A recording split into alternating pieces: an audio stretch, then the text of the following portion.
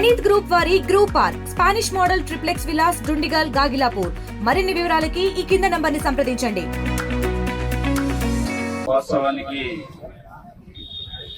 ఏదైతే మానవ మృగాలు ఆ సంఘటన చేశాయో వాటి మీద ఈ మైక్ పట్టుకొని మాట్లాడకుండా కూడా మనసు అంగీకరించడం లేదు. చాలా బాధ ఉంది, మనసు చాలా బాధగా ఉంది. తీవ్రవాదానికి కులాలు మతాలు ఉండవు, అది ఒక రాక్షస చర్య. పాపం పర్యాటకులు అమాయకంగా వారు ఈ వేసవి కాలంలో సెలవులు సేద తీసుకున్నామని వాళ్ళ యొక్క ఫ్యామిలీస్ తోని ప్రశాంతమైన జీవితం గడపదామని వెళ్ళారు. విచక్షణ రహితంగా వారిపై కాల్పులు జరిపిన రాక్షసులు ఎవరైతే ఉన్నారో ఖచ్చితంగా వారికి మన భారతదేశమే తక్క కాదు. గతంలో కూడా బుద్ధి చెప్పిన సందర్భాలు ఉన్నాయి, సర్జికల్ స్ట్రైక్స్ చేసి.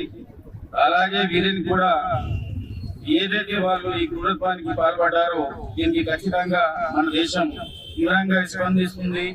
మేము కూడా ఇక్కడ ఒక కులానికి మతానికి ఒక వర్గానికంగా కాకుండా మేమంతా భారతీయ సోదరులంగా భావించి భారతదేశంలో ప్రతి జరిగిన చర్యకు అందరం కూడా ముక్త కంఠంతో ఖండించాలి.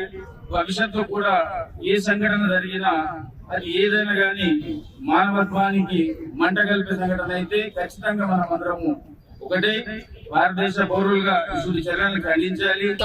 చౌరస్తా నుండి అంబేద్కర్ చౌరస్తా వరకు ఏదైతే కాశ్మీర్ లో పహల్గాం గ్రామంలో లష్కరే తైబా ఏదైతే దాడి చేసి మన పర్యాటకులకు చంపవేసిండ్రో దానికి మా ముస్లిం మైనారిటీల తరఫున ఖండిస్తూ ఈ రోజు ఈ ర్యాలీని క్యాండిల్ ర్యాలీ నిర్వహించినాము.